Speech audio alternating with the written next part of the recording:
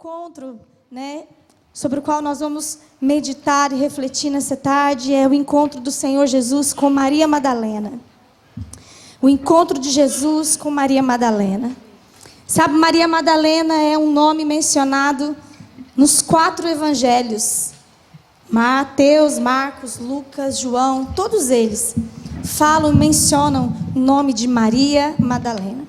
E geralmente esse nome, nas narrativas, né, dos evangelhos, ele está relacionado ao período, especialmente da crucificação, no período, né, do sepultamento, depois da ressurreição do nosso Senhor Jesus. Nós celebramos aqui a ressurreição a semana passada, né? No domingo de Páscoa, e nós ouvimos tantas histórias e vemos os filmes e nos lembramos que Maria Madalena foi aquela mulher, a primeira discípula que viu o Senhor Jesus depois da ressurreição. Ele falou com ela e a incumbiu da responsabilidade de anunciar aquela notícia maravilhosa da ressurreição aos seus discípulos. E, queridos, há muitas especulações a respeito desse nome, dessa figura de Maria Madalena. Muitas lendas, mitos, realmente mitologias extra-bíblicas, histórias extra-bíblicas relacionadas a Maria Madalena, né? Mas que, né, não vale a pena mencioná-las nessa noite. Mas nós reconhecemos que há mesmo muita especulação. Mas, queridos, o que nos interessa saber é aquilo que as Escrituras dizem claramente sobre ela. E é nessas Escrituras que eu vou me basear nessa tarde. E que todos nós, né, devemos nos basear para conhecermos a respeito dessas figuras que foram tão importantes na igreja. Então, nós precisamos olhar para a palavra de Deus. E o que a Bíblia nos informa a respeito de Maria Madalena claramente é que Jesus expeliu de Maria Madalena 7 demônios, né? Quantos se lembram dessa menção sobre Maria Madalena? Interessante, porque depois dessa experiência, né, que a Bíblia não traz detalhes, nós sabemos que Maria Madalena tornou-se uma discípula, uma seguidora muito fiel de Jesus Cristo. E ela literalmente o acompanhou nas suas viagens, nas suas andanças, no seu ministério, juntamente com os 12 apóstolos, né, mais seus 12 discípulos mais chegados.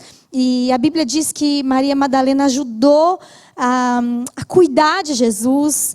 Ela ajudou ela servia Jesus, ela servia os 12 discípulos juntamente com outras mulheres, inclusive com os seus recursos financeiros. Então ela financiou o ministério de Jesus aqui, né, o seu ministério terreno, contribuiu para o suprimento das necessidades dele, daquela equipa de discípulos mais próximos. E que mulher especial e usada por Deus. Ali vamos abrir em Lucas 8, onde faz menção. Lucas 8, já no capítulo 1, nós vamos ouvir aqui, vou trazer aqui, né? Não vou trazer todos os textos, mas escolhi esse texto em que Lucas faz menção a respeito de Maria Madalena. No verso 1 diz assim: passado não muito tempo sobre isso, Jesus começou a percorrer as cidades e vilas para anunciar as boas novas do reino de Deus. Fazia-se acompanhar dos 12 discípulos. Com ele iam algumas mulheres, das quais tinha expulso demônios ou a quem tinha curado. Entre elas contavam-se Maria Madalena, a quem tinha livrado de 7 demônios. Joana, mulher de Cusa, encarregado de negócios de Herodes. Susana e muitas outras, que com os seus próprios meios contribuíam para o sustento de Jesus e dos discípulos.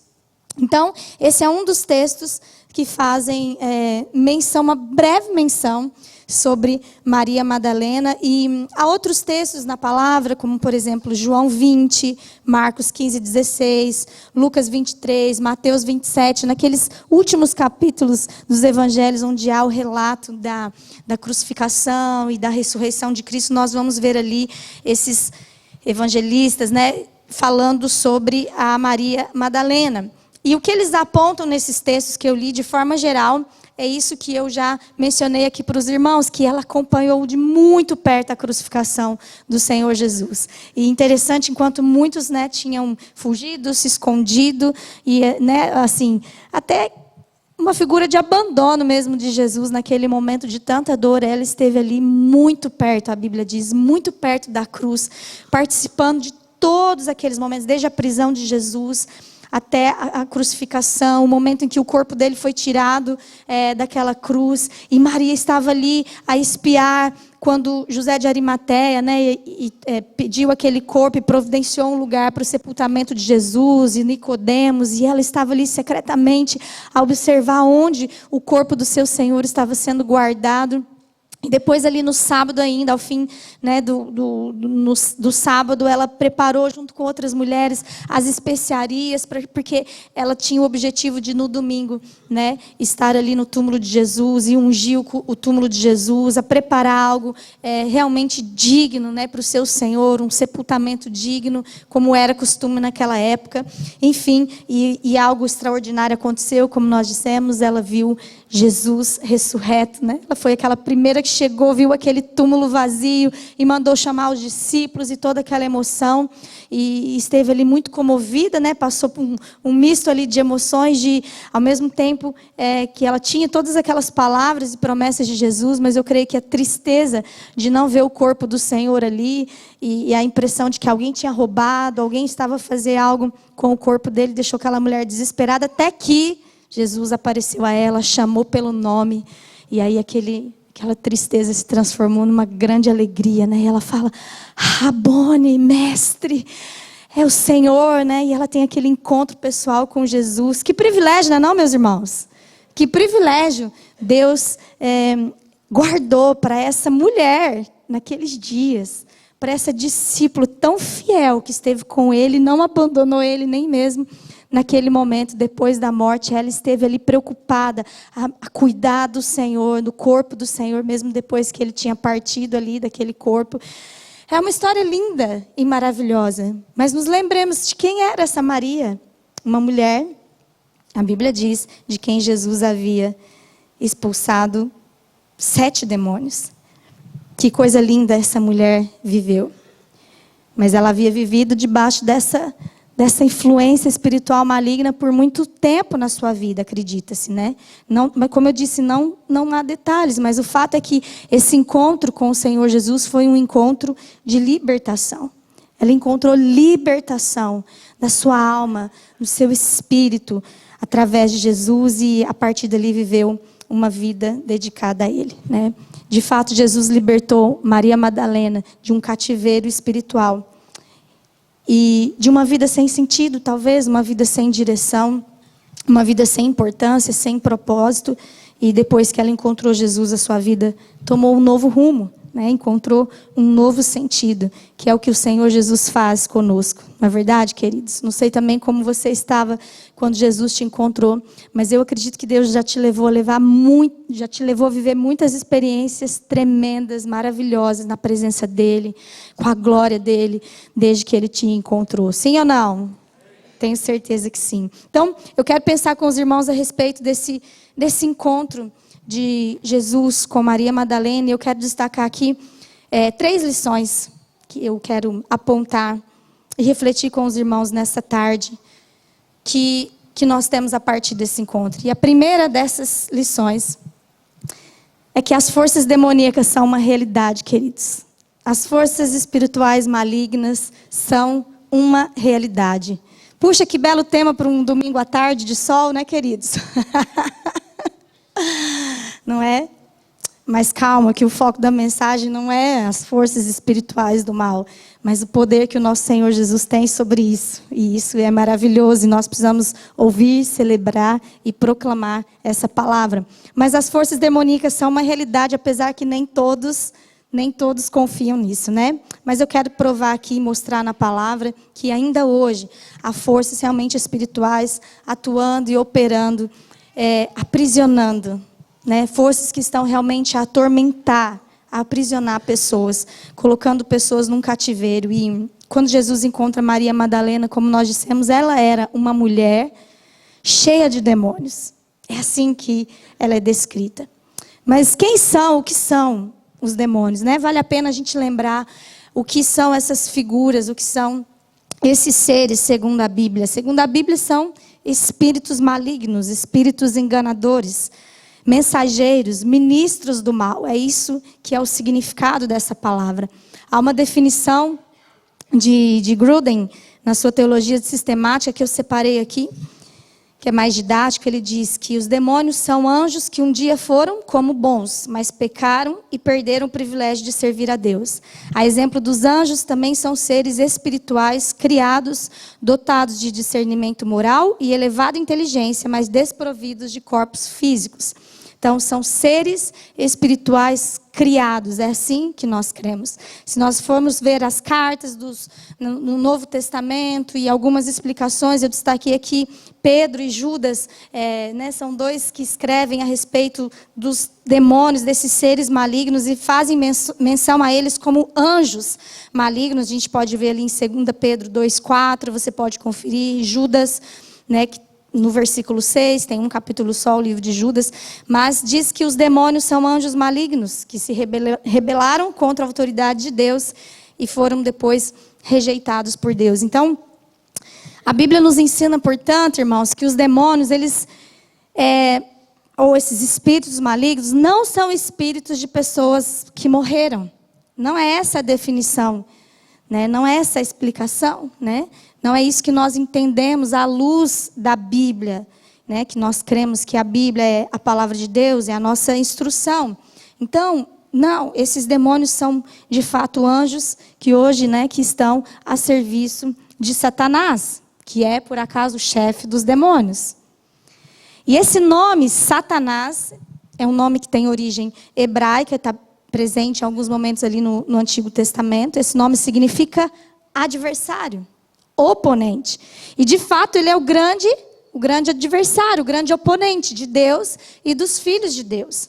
E a Bíblia, ela também usa outros nomes para referir-se a Satanás. E é interessante percebermos esses nomes, porque os nomes falam muito do seu caráter, falam muito da natureza e da forma como ele atua, ou como Satanás atua, Tem ali uma lista, eu acho que nós temos aqui alguma, Não vou falar, tem todos os textos, você pode tirar uma foto, você que tem curiosidade, quiser conferir depois os textos, mas ele é chamado de diabo ali no Novo Testamento, que tem um significado de ser o acusador, ou o falso acusador.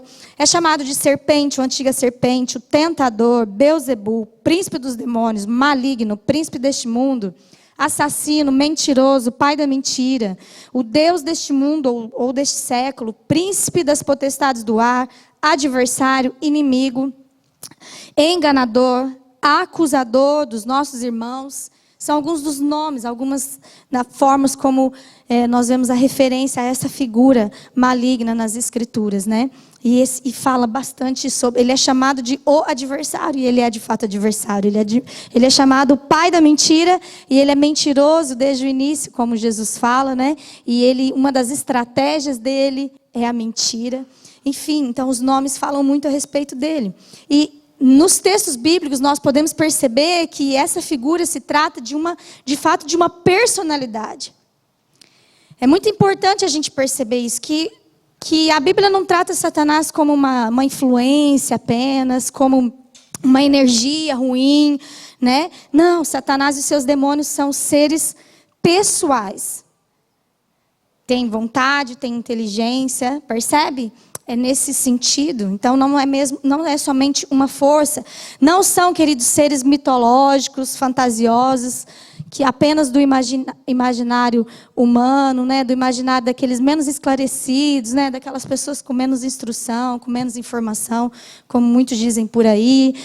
É uma mera superstição. Não. São seres reais. A Bíblia nos diz que são seres reais. E se nós cremos que a Bíblia é a palavra de Deus, quem crê? E as Escrituras falam a respeito desse mundo espiritual, e falam a respeito de todas as coisas, de como elas verdadeiramente são. Nós então precisamos levar esse assunto a sério.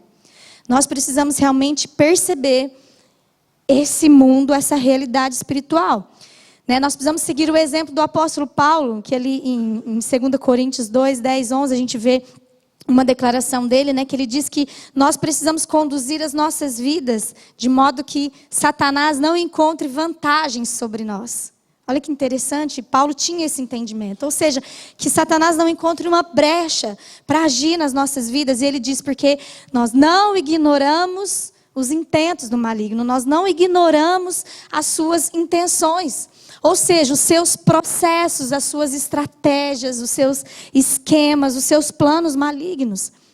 Então nós precisamos estar atentos, como Paulo diz, para que o inimigo não encontre vantagem sobre nós. Ele está a dizer isso, e a Bíblia está a dizer, nós conhecemos a Bíblia, e nós sabemos que isso pode vir a acontecer. O inimigo pode encontrar vantagem, pode encontrar lugar para agir nas vidas, e nós precisamos estar atentos. Pedro diz ali na carta, a primeira carta de Pedro, no capítulo 5, versos 8 e 9 dizem, sejam sóbrios e vigiem. O diabo, o inimigo de vocês, anda ao redor como leão, rugindo e procurando a quem possa devorar. Resistam-lhe, permanecendo firmes na fé. Sejam sóbrios e vigiem. Então é um alerta da palavra aqui sobre nós. Nós não podemos andar por aí distraídos. Nós não podemos andar por aí ignorando de que de fato há uma oposição sobre as nossas vidas, uma oposição a tudo que vem da parte de Deus. Resistam-lhe. Percebe? A Bíblia exige uma postura da nossa parte. Resistam-lhe, permanecendo firme na fé. Paulo ali em Efésios também diz, no capítulo 6, no versos 10 a 12, ele diz, finalmente, fortaleçam-se no Senhor e no seu forte poder. Vistam toda a armadura de Deus para poderem ficar firmes contra as ciladas do diabo. Pois a nossa luta não é contra pessoas, mas contra os poderes e autoridades, contra os dominadores deste mundo de trevas, contra as forças espirituais do mal nas regiões celestiais. Então não é um inimigo de carne e osso, é um inimigo espiritual. E é interessante quando a Bíblia sempre fala de ardis, fala de ciladas, de estratégias, mostrando a astúcia de Satanás. A inteligência de Satanás. Por isso nós precisamos ser sóbrios e vigilantes. Não é de qualquer maneira que nós vamos resistir. O inimigo não é de qualquer maneira que nós vamos vencer, ter vitória. Não é de qualquer maneira. Nós precisamos de um posicionamento. E o principal e o essencial é que a gente não ignore essa realidade espiritual. O próprio Jesus, nos alertou para isso de algumas formas, mas eu destaquei aqui, interessante que na conhecida oração do Pai Nosso, que a gente chama assim, a oração do Pai Nosso, aquele modelo de oração que Jesus deixou para os seus discípulos, quando eles perguntaram, Senhor, mestre, nos ensina a orar, E Jesus deixa ali aquele exemplo, aquele modelo, Não para ser seguido como uma reza, simplesmente um ritual, Palavras repetidas de forma vã, mas ele trouxe princípios, um direcionamento daquilo que deveria fazer parte da nossa vida de oração, da nossa oração. E nesse ensinamento, Jesus fala ali, todos se lembram da oração do Pai Nosso, Quando Jesus nos ensina, não nos deixe cair em tentação, mas livra-nos do mal. Que mal é esse que ele está falando, Tanta coisa pode ser abrangida no mal. Mas a versão original, dizem que o texto original das Escrituras trazem esse mal, que deveria ser traduzido, e de fato algumas traduções trazem ali, de Mateus 6,13, como o mal, como maligno com letra maiúscula. Como que personificando esse mal. Não é simplesmente um mal qualquer, um mal moral. Não, é esse mal personificado. Um maligno com letra maiúscula. O Senhor Jesus nos ensinou a nos colocarmos diante de Deus e orarmos, Senhor, Deus, livra-nos do mal. Não nos deixe cair em tentação. E a tentação é uma das principais estratégias de Satanás, não é? Para enredar o homem, para levar o homem a pecar. Mas Jesus está nos alertando, ou seja, todos nós precisamos do auxílio de Deus e da proteção divina a nos guardar dos ataques de Satanás e dos seus demônios. E para isso nós precisamos também perceber como eles atuam. né? Eu estou passando aqui, gente, não é aula de demonologia, não, né? Mas eu preciso trazer uma base para aquilo que eu quero falar. Então, como eles atuam, né? E, resumidamente, a Bíblia diz, por exemplo, que eles atuam a perturbar e a produzir tormento. Podem também atuar produzindo doenças físicas. Nós vemos isso na Bíblia, que algumas doenças tinham... Nem todas as doenças, amém, irmãos? Nem todas as doenças têm uma origem espiritual maligna. Mas, segundo a Bíblia, algumas sim podem estar relacionadas a uma influência maligna, como a gente vê ali, por exemplo, em Lucas 13, que faz menção daquela mulher encurvada, né? Por 18 anos ela tinha um problema e Jesus traz à luz de que aquele problema era um problema de origem espiritual. Também os demônios buscam destruir as vidas, impedir que se aproximem de Deus, levando, como eu disse, as pessoas a pecarem por meio de tentação, por meio de mentira, por meio de engano, né? Engano até mesmo fazendo sinais e milagres. Sabia que demônios, há pessoas que fazem sinais e milagres em nome de demônios. E ele busca destruir, então, as vidas, né? E usam a tentação, a dúvida, a culpa, o medo, a confusão, a doença, inveja, orgulho, calúnia, qualquer outro meio para obstruir o testemunho e também a utilidade do cristão. Ele tenta a vida dos próprios cristãos. Eles também pervertem as escrituras. A Bíblia diz que a influência de demônios pode conduzir a afirmações afirmações doutrinárias falsas, né? A Bíblia chama de ensino de demônios. A gente vê Paulo falando sobre isso. Ensino de demônios. Era assim que ele dava o nome a algumas falsas doutrinas que estavam sendo aplicadas na igreja, né? E chamava também de servo de demônios aqueles homens que se diziam apóstolos, mas que ensinavam uma palavra que era diferente do evangelho. Servos dos demônios. Será que tem um servo dos demônios por aí, irmãos? Ou foi só nos dias de Paulo?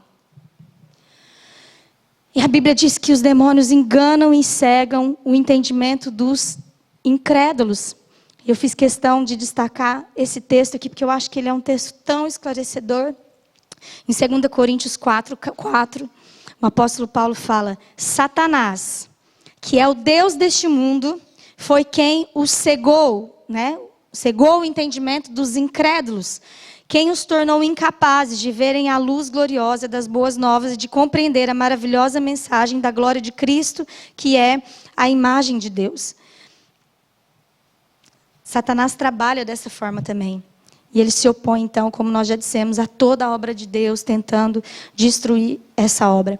E além disso, especialmente ali no Novo Testamento, né, que é onde se encontra a história ali de Jesus com Maria Madalena, a gente vê que várias pessoas também muitas pessoas podem ser controladas ou possuídas por demônios. E essa era a condição, então, da Maria Madalena, né, quando Jesus a encontrou.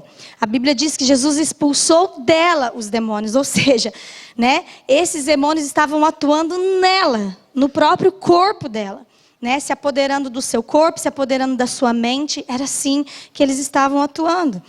E, queridos, então, essa é a única informação que a Bíblia fala sobre o passado da Maria Madalena. E nós não temos os detalhes de como esses demônios influenciaram a vida dela, né? Como ela agia, que tipo de mal esses demônios estavam trazendo na vida dela, que tipo de consequências, quais foram as causas. Por que razão ela era essa mulher tão...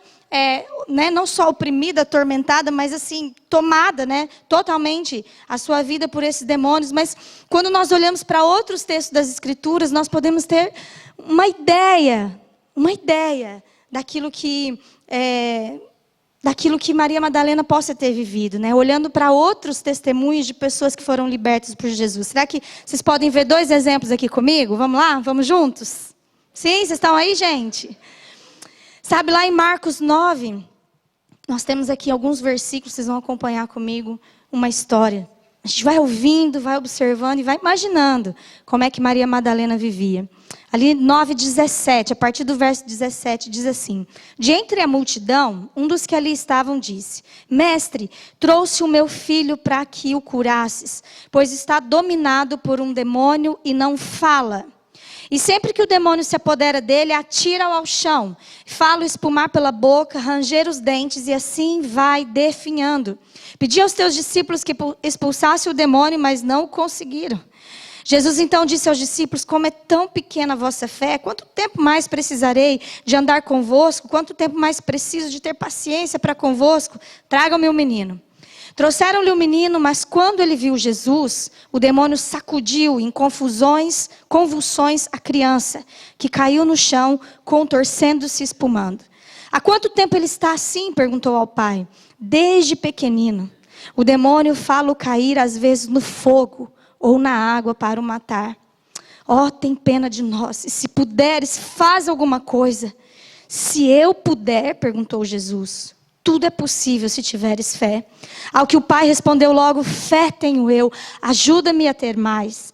Quando Jesus viu que a multidão aumentava, mandou ao demônio: demônio de surdez e mudez, ordeno-te que saias desse menino e que não entres mais nele. Então o demônio soltou um grito terrível, tornou a sacudir-lhe o corpo e deixou em seguida. E o menino ficou ali caído, sem forças, sem se mexer, como se estivesse morto. E a multidão começou a dizer, a boca pequena: morreu. Mas Jesus tomou pela mão, ajudou a pôr-se em pé. E ele ergueu-se e estava bom. Sabe, a gente vê aqui um menino, né, uma criança, está aqui nessa tradução, dominado por um demônio. Ele não podia falar, ele não podia ouvir, tinha convulsões, tinha atitudes violentas, e nós vemos aqui claramente que o demônio não estava apenas a atormentar apenas esse menino, mas claramente ele queria destruir a vida desse menino, lançando ele no fogo, por exemplo, né? Um espírito ali, conduzindo aquele menino para a morte. E algo parecido a gente percebe na história, também bem conhecido, do endemoniado Gesareno. Está ali em Lucas, no capítulo 8, em outros evangelhos também, mas vou destacar Lucas 8, a partir do verso 27, que diz que quando Jesus pisou em terra, foi ao encontro dele um endemoniado daquela cidade. Fazia muito tempo que aquele homem não usava roupas, e nem vivia em casa alguma, mas nos sepulcros. Veja como a ação daqueles demônios, né, influenciava o comportamento daquele homem, a vida social dele, como ele se vestia, por onde ele andava, o que ele fazia. E no verso 8 diz que quando viu Jesus, o demônio gritou, prostrou-se aos seus pés e disse em alta voz: que queres comigo, Jesus, filho do Deus Altíssimo? Rogo-te que não me atormentes, né? O demônio sabe muito bem quem Jesus é.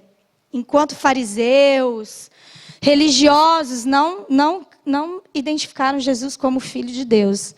Os demônios sabem muito bem quem Jesus é. E no verso 29 diz: pois Jesus havia ordenado que o espírito imundo saísse daquele homem.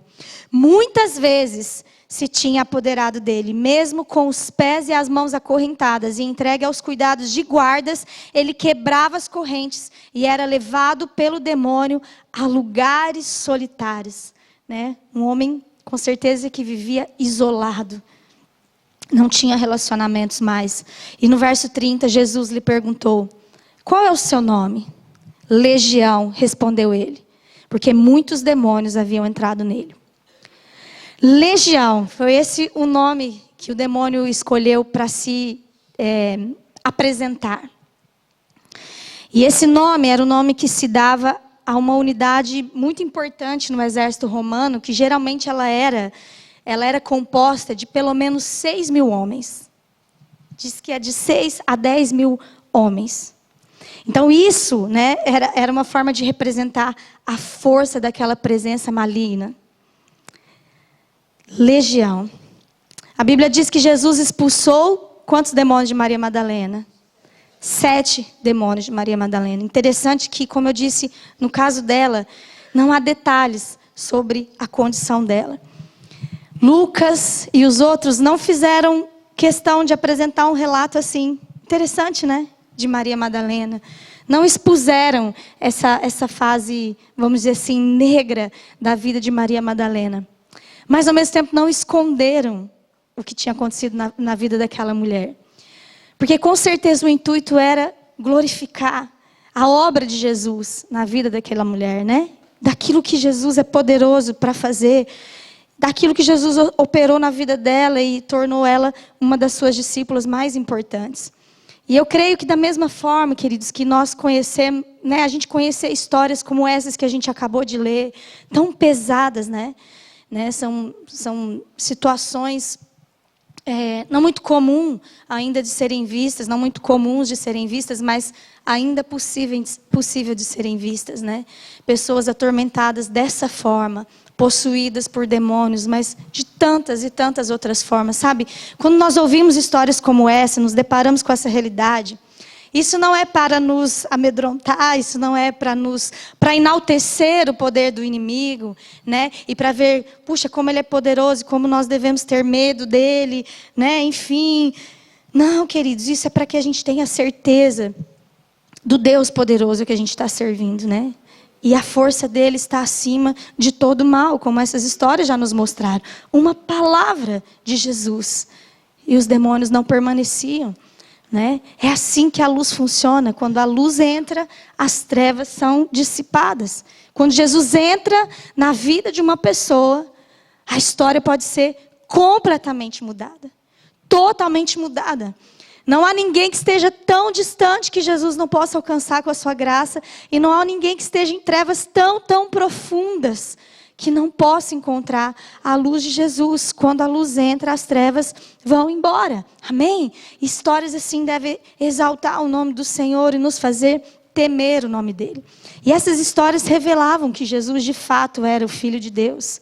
Ele era tudo aquilo que ele dizia ser. E a autoridade para resistir Satanás estava e está e ainda está em Cristo Jesus. A autoridade para resistir às trevas está em Cristo Jesus. E essa é a segunda lição que eu quero trazer hoje, né? Que nós aprendemos com a história de Maria Madalena. Que Jesus Cristo tem poder para libertar os cativos espirituais.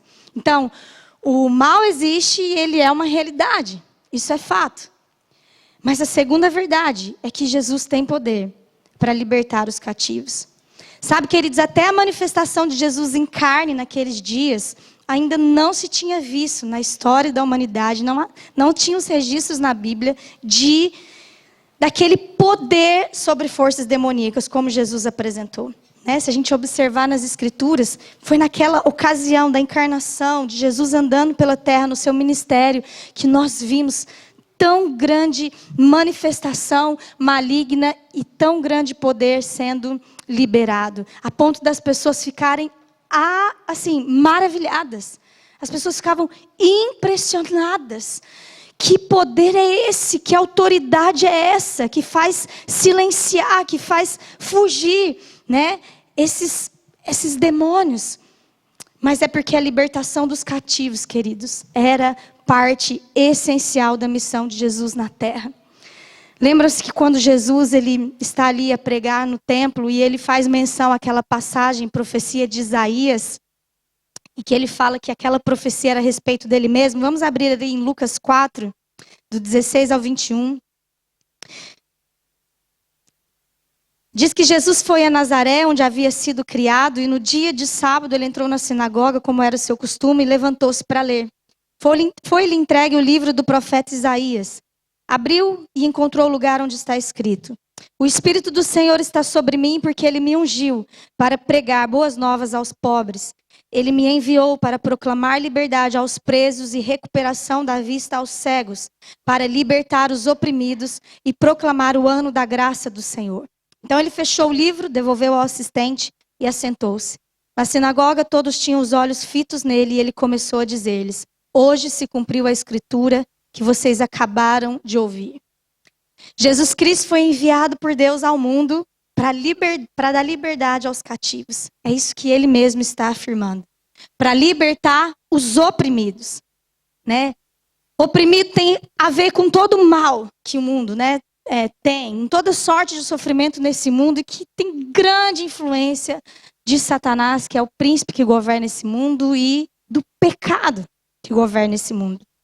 Jesus veio para libertar os homens das algemas da alma, dos grilhões do pecado. A Bíblia usa esses termos para falar da obra de Jesus, né?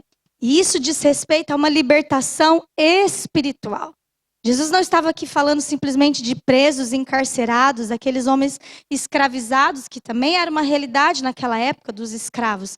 Mas ele veio para libertar das prisões espirituais. Essa é a libertação que o perdão de Jesus nos traz, meus irmãos. Libertação é o que o perdão de Deus, por meio de Jesus Cristo, nos proporciona. O perdão de Jesus, que foi demonstrado por nós ali na cruz do Calvário, ele representa a remissão de uma dívida que estava sobre nós. E porque nós não podíamos pagar essa dívida, nós estaríamos condenados. Havia uma pena de condenação sobre as nossas vidas. E o perdão de Jesus cancela essa pena. Amém? E uma vez que essa pena está cancelada, nós estamos então livres. Então o perdão de Jesus nos coloca em liberdade. Ele nos tira de um cativeiro e de uma prisão espiritual.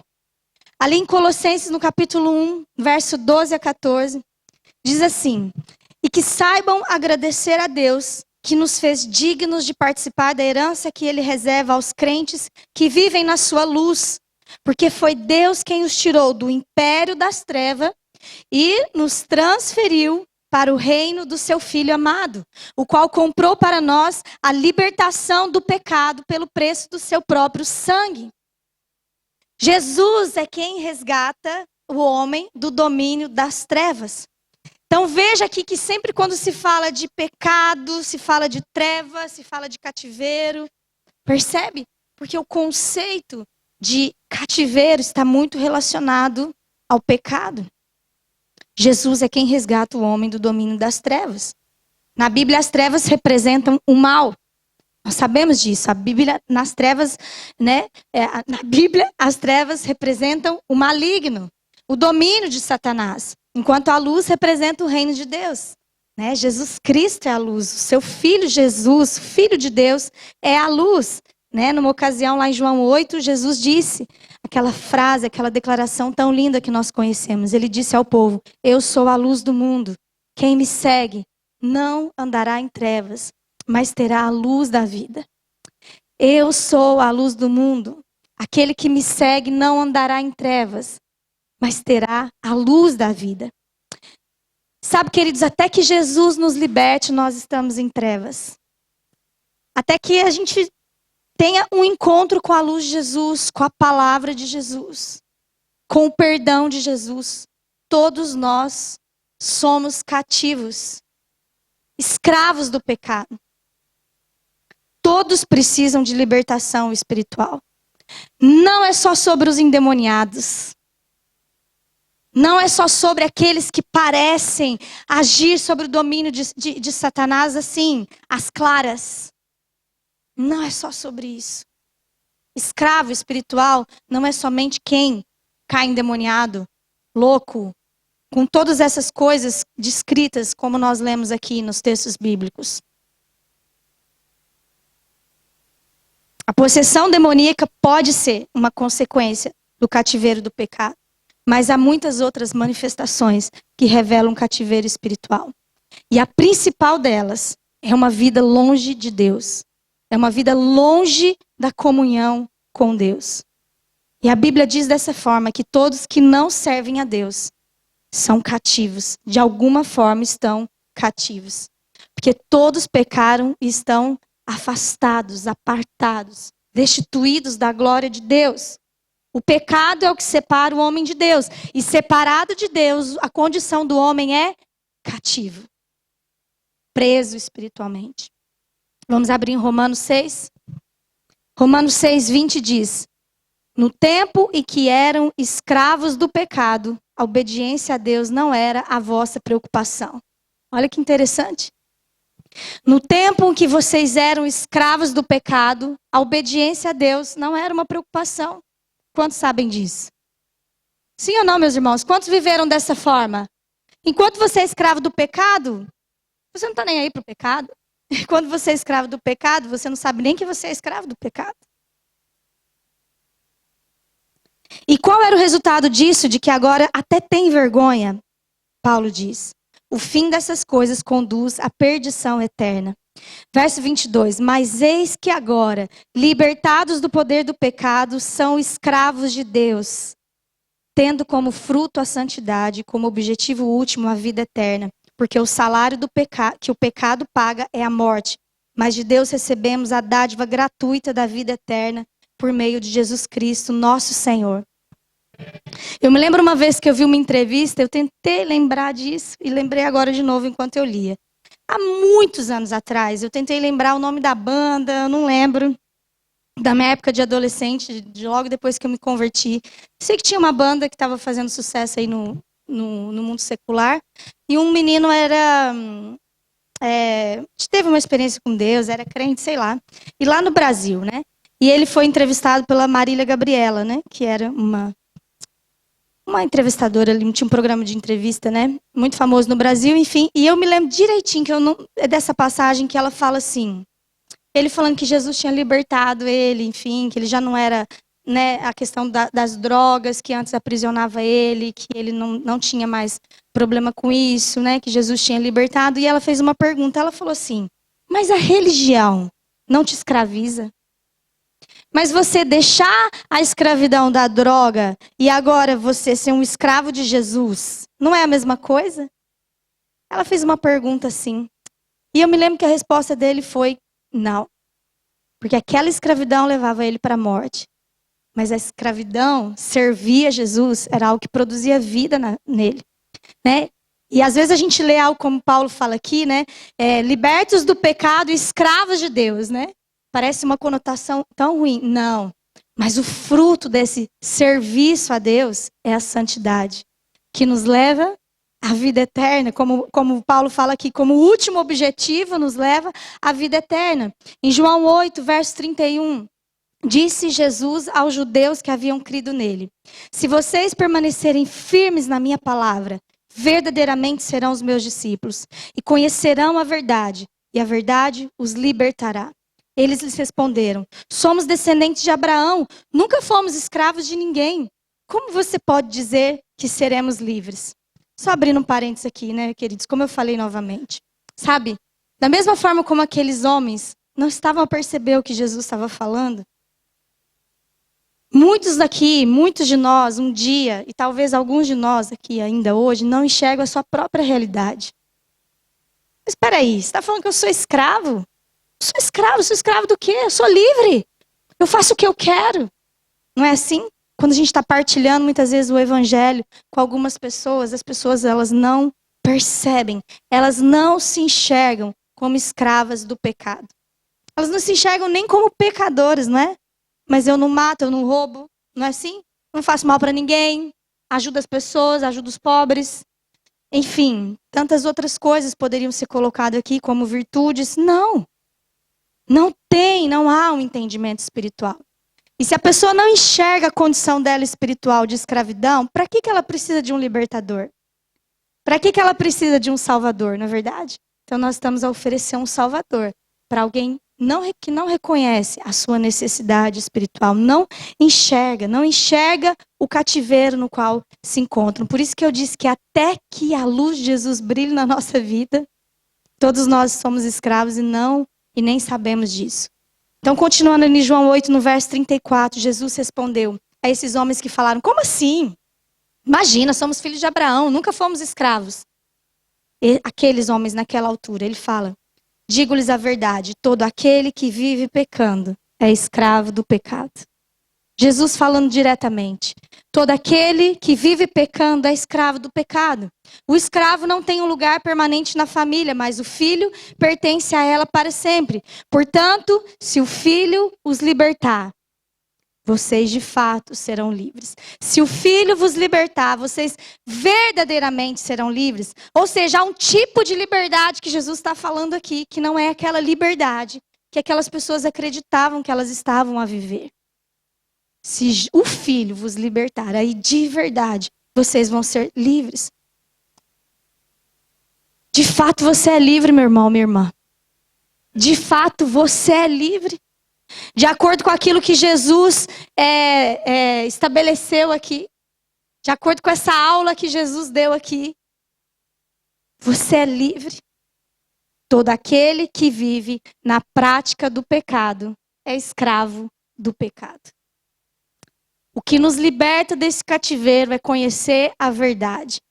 E a verdade não é um conceito, a verdade não é uma ideologia, não é um partido, a verdade é uma pessoa. A verdade é uma pessoa, não é uma religião, não é uma ideia, a verdade é uma pessoa. Jesus é o caminho, a verdade e a vida. Amém?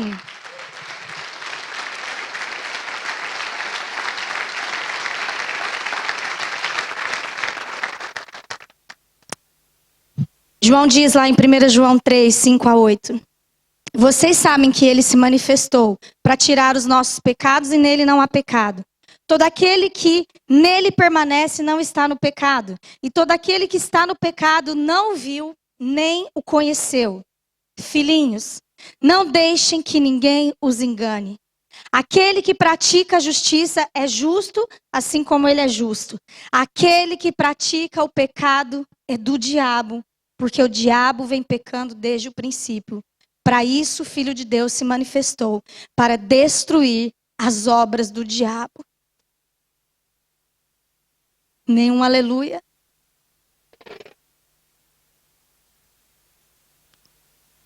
É muito direto a palavra, não é? Por isso que conhecereis a verdade e a verdade vos libertará. Nós precisamos lidar com a verdade, nós precisamos pregar a verdade, meus irmãos. Não adianta a gente fazer carinho e dizer, ai, sim, Deus ama o pecador e odeia o pecado. É verdade. Mas se a gente ama o pecador que está cativo do pecado, como um dia nós também tivemos, nós precisamos falar a verdade. Porque a verdade liberta. E a verdade é essa: quem pratica a justiça é justo como ele é justo. Mas aquele que pratica o pecado é do diabo. Porque o diabo vem pecando desde o princípio. Porque é um cativeiro espiritual. Porque há uma influência a dominar, a governar a vida dessa pessoa. E todos nós vivemos assim, meus queridos. Até que a luz de Jesus iluminou o nosso entendimento. Nós reconhecemos o quão pecadores nós éramos e somos. E distantes estávamos de Deus. Então nós aceitamos aquilo que Jesus fez por nós. Nós nos identificamos, nos apropriamos de tão grande salvação. A verdadeira libertação é aquela que nos tira do cativeiro do pecado. Não tem como você falar que você é livre, que você ama a Deus, que você está em Deus e você ainda é cativo do pecado. Atenção, cativo, prisioneiro, dominado, alguém que vive naquela circunstância. Não aquele que eventualmente peca, nós sabemos a diferença, né? Todos nós pecamos, todos nós pecamos. Esse é um outro assunto, vamos seguir aqui. Quando nós nos livramos da prática do pecado, nós nos livramos do domínio das trevas, do domínio de Satanás. E nós só podemos nos livrar do pecado por meio de Jesus. E com Jesus governando as nossas vidas, então nós vamos para a terceira e última lição. Que nós aprendemos com a vida de Maria Madalena. Que o discipulado é essencial para a libertação. O discipulado é aquilo que acontece quando nós começamos a andar com Jesus. O discipulado é um processo de aprendizado e de transformação, pelo qual um seguidor de Cristo compromete a ser moldado à imagem de Jesus. O discipulado nos ensina a obediência a Deus. E é a obediência a Deus que vai nos fazer não pecar, não mais pecar. Nos livrar de pecar.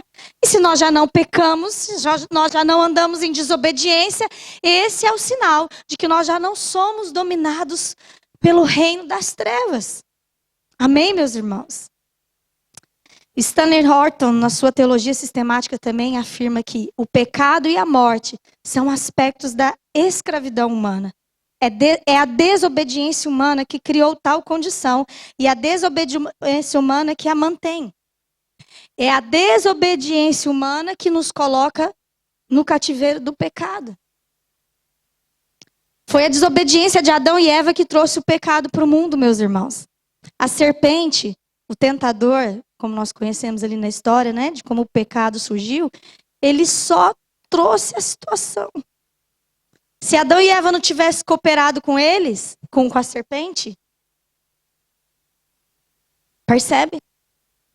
Nós estamos falando aqui do poder do diabo, da influência do diabo, mas e a nossa responsabilidade? Porque o diabo tenta, o diabo vem, acusa, engana, ludibria, leva, você aponta, seduz. Mas, na verdade, nós somos seduzidos pela nossa própria consciência.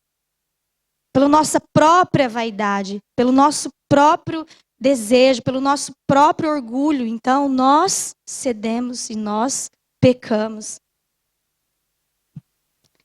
Por isso que Tiago, lá no capítulo 4, verso 7, diz assim: sujeitai-vos, pois, a Deus, e resisti ao diabo, e ele fugirá de vós.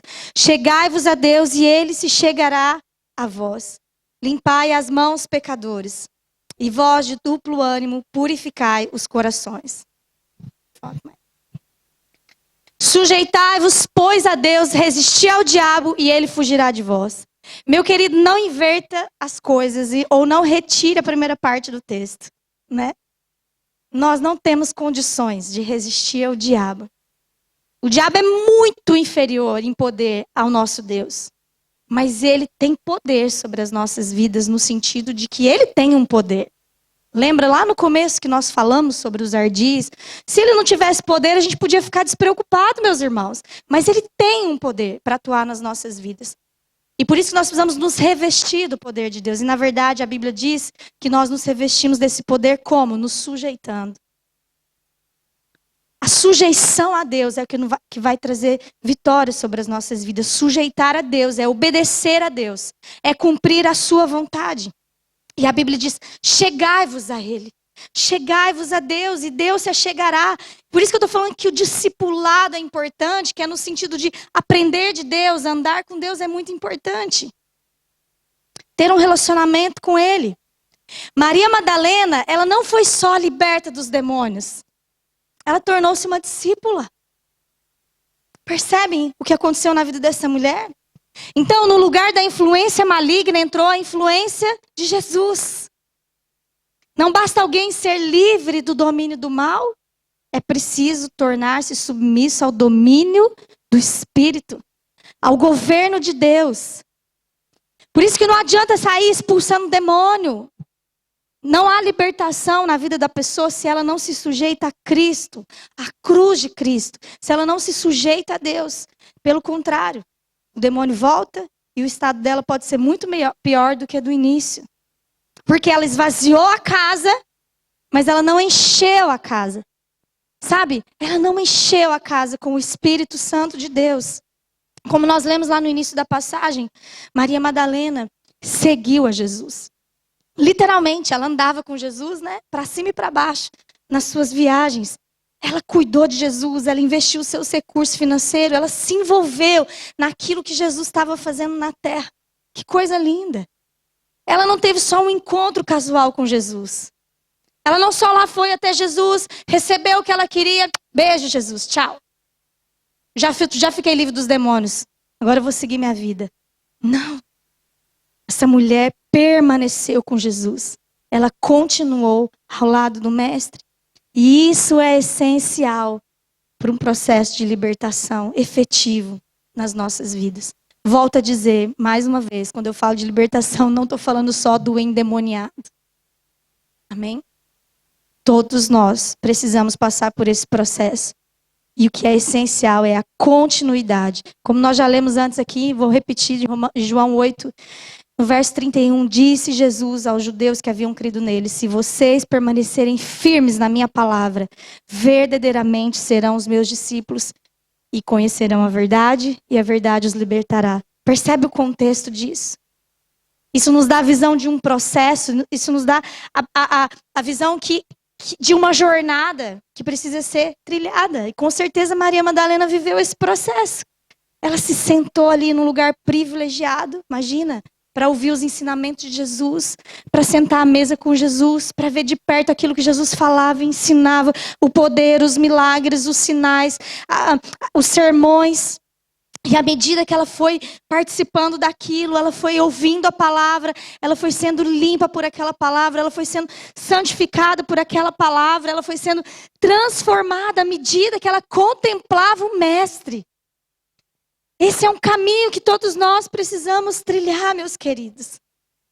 Se nós de fato queremos ser livres e andarmos em liberdade, em verdadeira liberdade. Maria não apenas seguiu Jesus de perto como sua discípula, Maria se tornou uma serva de Jesus. Maria colocou sua vida, os seus dons, seus talentos, o seu tempo, o seu dinheiro, ela colocou isso à disposição de Jesus, para a obra de Jesus, para serviço do reino. Ela encontrou o seu lugar, ela encontrou o seu ministério. Ministério é serviço. Ela encontrou esse lugar, ela se tornou útil para Deus, ela se tornou útil para a igreja, ela se tornou útil para a obra que estava acontecendo naquele momento. Quem diria, né, de uma endemoniada, que era dirigida, que era totalmente influenciada por Satanás, ela se tornou uma construtora do reino de Deus, uma investidora do reino de Deus. Uau!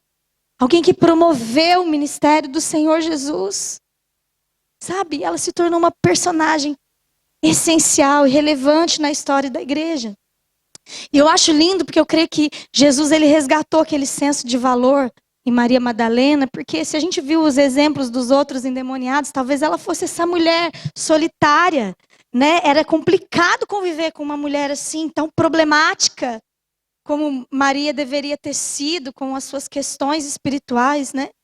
E quem sabe a sua autoestima já havia sido afetada e relacionamentos. Mas não, agora ela estava num grupo. Ela estava no meio do grupo, no meio dos 12, no meio de outras mulheres que também, como ela, havia sido curada. Como é lindo esse processo de Deus na vida de Maria Madalena e na nossa vida também, não é não, irmãos? De onde Jesus nos tirou, né? Como que Jesus foi trabalhando nas nossas vidas, nos dando um lugar à mesa. E a gente hoje pode servir, andar, contribuir para a libertação de outras pessoas. Sabe, Maria Madalena foi liberta e quantas outras vezes ela participou da libertação de tantas outras pessoas. Quem sabe ela mesma expulsou um monte de demônio por aí, como os discípulos fizeram, não é verdade?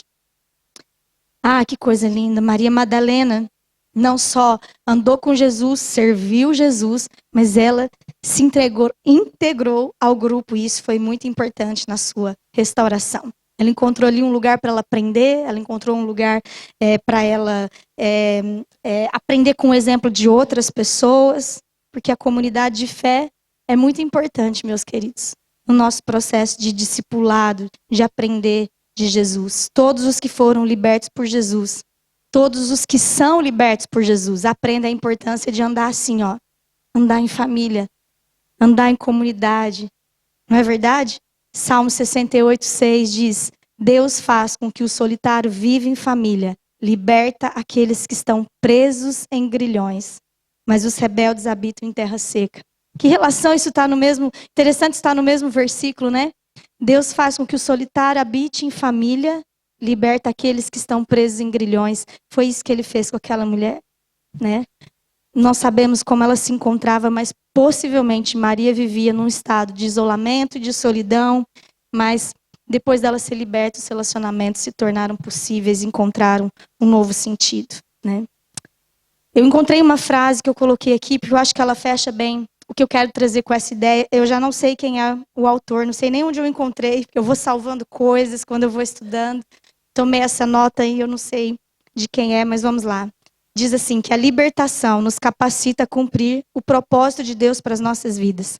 Uma vez libertos, nós podemos experimentar a plenitude da vida em Cristo e sermos usados para fazer a sua vontade neste mundo. Uma vez libertos, nós podemos experimentar a plenitude da vida em Cristo e sermos usados por Deus. É exatamente isso que a gente viu acontecer na vida de Maria Madalena. E eu creio que é exatamente isso que muitos de nós têm vivido também, né, meus queridos? Nós fomos libertos por Cristo e a gente se converteu. Os nossos propósitos mudaram, né? Os nossos objetivos foram moldados a partir dessa transformação. Coisas que eram importantes já não são mais, né? E a gente deixa um monte de coisa para trás porque a gente ganha um novo sentido nas nossas vidas. Isso é tão maravilhoso. A libertação nos capacita a cumprir os propósitos de Deus para a nossa vida. É tão triste ver pessoas perdidas, oprimidas, cativas, presas nos grilhões do pecado, do engano, da mentira, perdendo a vida toda, sem experimentar e viver os propósitos que Deus tinha para aquela vida. Graças a Deus que a luz do Senhor nos alcançou. Mas hoje Ele quer nos fazer, né, como seus discípulos, aqueles que levam e proclamam essa verdade na vida das pessoas. E nós não podemos ignorar aquilo que o diabo tem feito nas vidas. Aquilo que o diabo tem feito no nosso mundo. Quero chamar os músicos, eu estou encerrando. O restante dos músicos. A Bíblia diz que o ladrão não vem senão para roubar, matar e destruir. E Jesus disse, mas eu vim para que tenham vida e vida com abundância. Assim como assim como Satanás agiu na vida de Maria Madalena, a gente sabe que hoje também Satanás tem prendido pessoas. Satanás tem enganado, oprimido muitas pessoas. Ele ainda continua andando ao derredor, procurando a quem possa devorar, a quem possa tragar, né? Ele ainda continua se opondo aos planos de Deus, se opondo aos filhos de Deus, aquilo que nós estamos a fazer. Ele ainda continua a trabalhar para que homens permaneçam presos no seu pecado. Homens e mulheres permaneçam presos no seu pecado. Sabe, eu não sei, não conheço a vida de todos que estão aqui, não estou me dirigindo a ninguém. Mas eu creio que uma das coisas mais importantes da gente saber dessa mensagem é a gente ter esse entendimento. De que talvez nós possamos estar num cativeiro e não estamos nem percebendo. Ou talvez alguns estão a chamar de liberdade algo que não é liberdade. Andar com uma liberdade condicional. Né? Como aqueles que têm uma sentença e eles podem andar durante o dia, trabalhar durante o dia, mas toda noite precisam voltar, né? Para aquela prisão. Ou uma liberdade da tornozeleira eletrônica, né? Que condiciona o ir e vir, que traz uma série de limitações, mas parece que está tudo certo. Parece que eu estou livre, parece que eu faço, que eu vou e volto aonde vou, mas eu só tenho essa tornozeleira eletrônica aqui, mas isso não é liberdade. Isso não é liberdade, né? Isso não é de fato liberdade. Eu quero retomar os 3 pontos que nós falamos aqui, dizendo, meu querido, não se engane. As forças demoníacas são uma realidade. Mas a nossa esperança está naquele que tem autoridade sobre tudo e sobre todos, inclusive sobre as hostes celestiais do mal, sobre Satanás e os seus demônios. Jesus tem poder para libertar os cativos e todo aquele que é liberto deve permanecer em Jesus. Deve continuar em Jesus, tornando-se agora um servo de Jesus. Por isso o discipulado é essencial para a libertação. Conhecer a Cristo, conhecer a palavra de Deus, ser parte da igreja, ser parte da comunidade de discípulos. Tudo isso é um processo de Deus nas nossas vidas. Sabe, hoje eu queria que nós orássemos. Eu queria que nós orássemos, porque eu acredito que o entendimento, né, da palavra, eu tenho certeza que é isso que a Bíblia diz, a verdade ela liberta.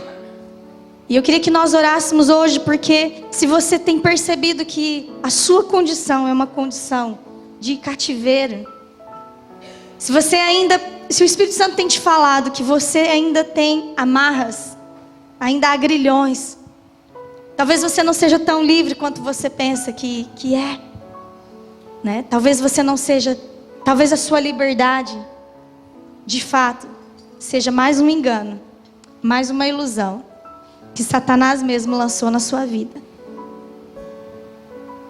E que você pode ter um novo entendimento, a partir da luz da palavra nessa noite. E nesse entendimento você pode reconhecer a sua condição e a sua natureza Mesmo você que talvez caminhe com Cristo há tanto tempo, a Bíblia diz que foi para a liberdade que Jesus te libertou. Não se coloque novamente debaixo do jugo da escravidão do pecado. Então nós precisamos nos atentar, se nós não estamos a fazer assim, nos colocando novamente debaixo de um jugo, quando Jesus nos libertou. E nós precisamos caminhar em liberdade. Queria te convidar a ficar de pé.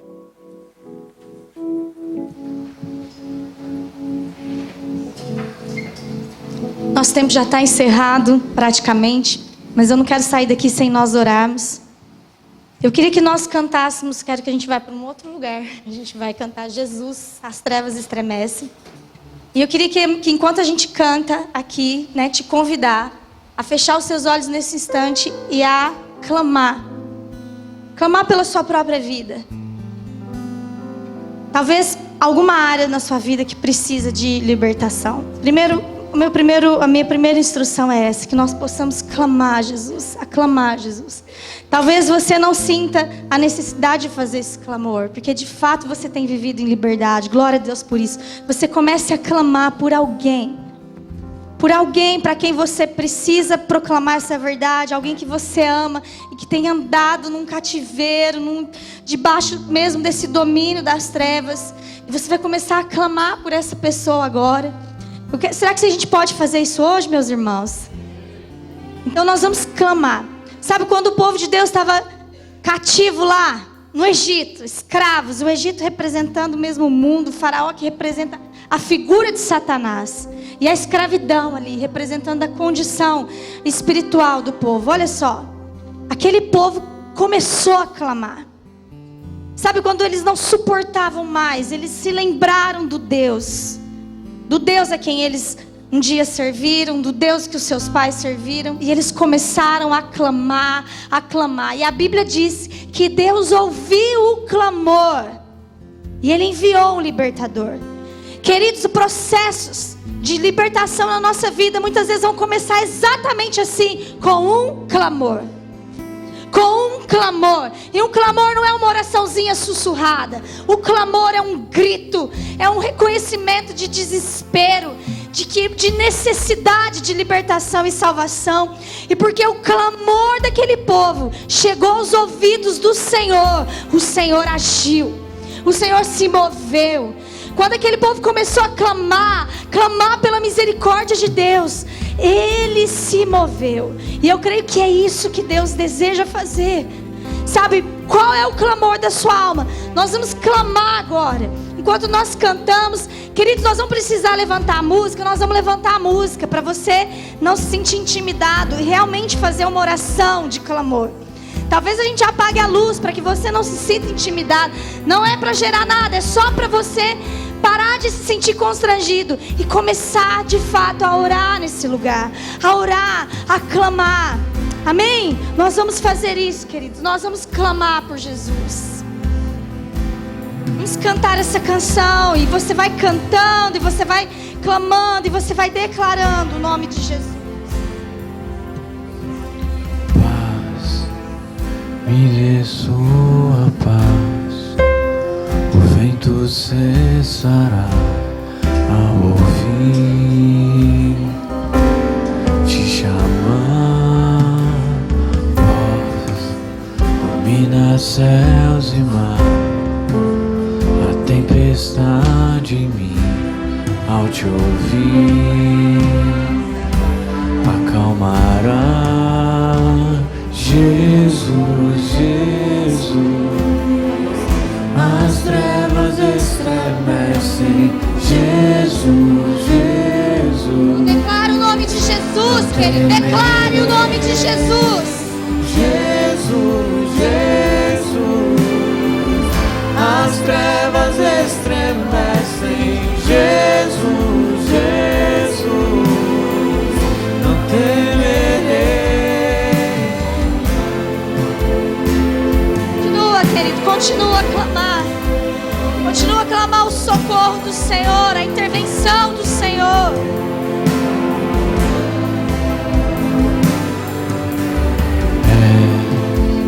O ar em meus pulmões,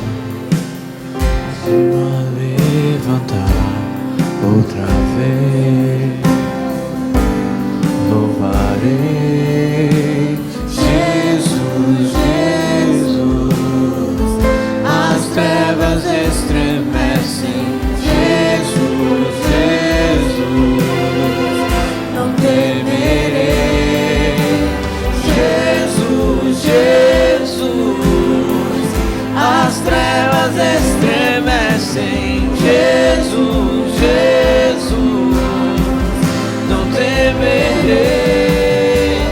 Jesus, Jesus, as trevas estremecem. Jesus, Jesus, não temerei. Jesus, Jesus, as trevas estremecem. Jesus, Jesus. Querido, declara o poder do Senhor. Levanta suas mãos. Será que a gente pode cantar juntos?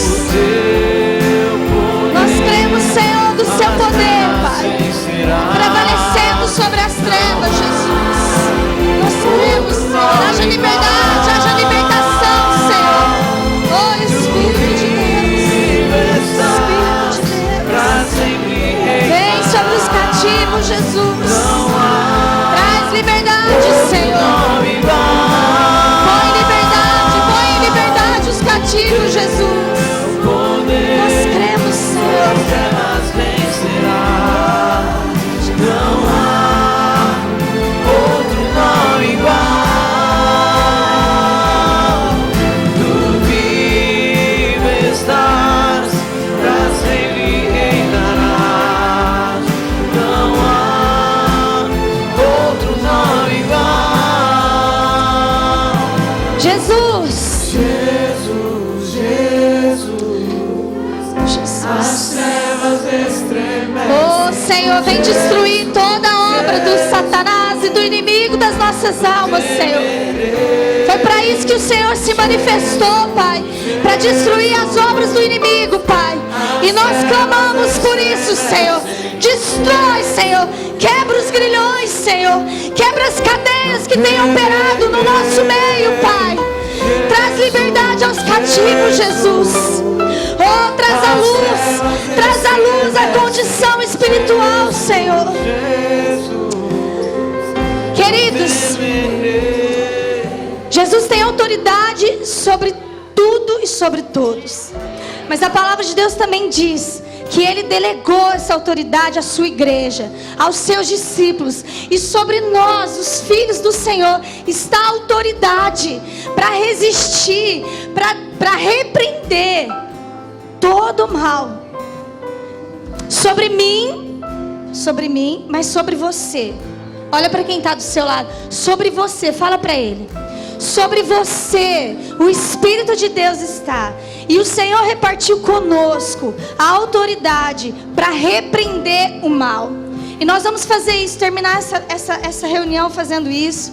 Queria chamar o pastor Wagner aqui, porque o Espírito do Senhor está sobre nós. O Espírito que estava sobre Jesus está sobre nós, meu querido. E não é um espírito de derrota, não é um espírito de medo, não é um espírito de covardia. O Senhor não tem nos dado espírito de covardia, que nos leva a regredir. Não. O Senhor tem nos dado um espírito de ousadia, de moderação, de poder no seu espírito. Amém? Nós vamos orar agora como igreja, uns pelos outros. Nós vamos orar para que os cativos sejam libertos nesse ambiente. Nós vamos orar para nós vermos o demônio sendo envergonhado nessa nação.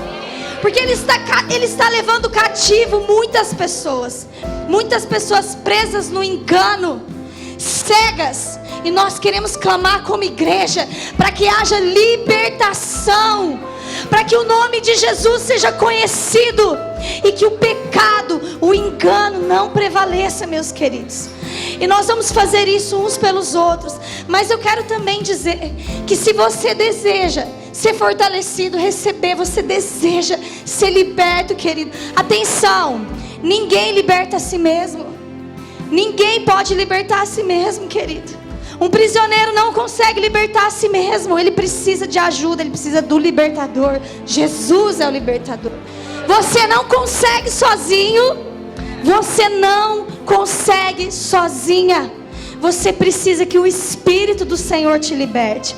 E nós queremos orar agora. Você pode vir até aqui à frente, se você desejar, se receber uma oração. Toda a igreja vai orar, mas nós queremos orar. Se você tem uma consciência, um entendimento, e nessa noite a sua alma está clamando por libertação, Você está clamando por ajuda. Nós queremos orar, meu irmão, porque o Espírito do Senhor está sobre nós. E nós cremos que Ele pode agir hoje mesmo na sua vida. Amém?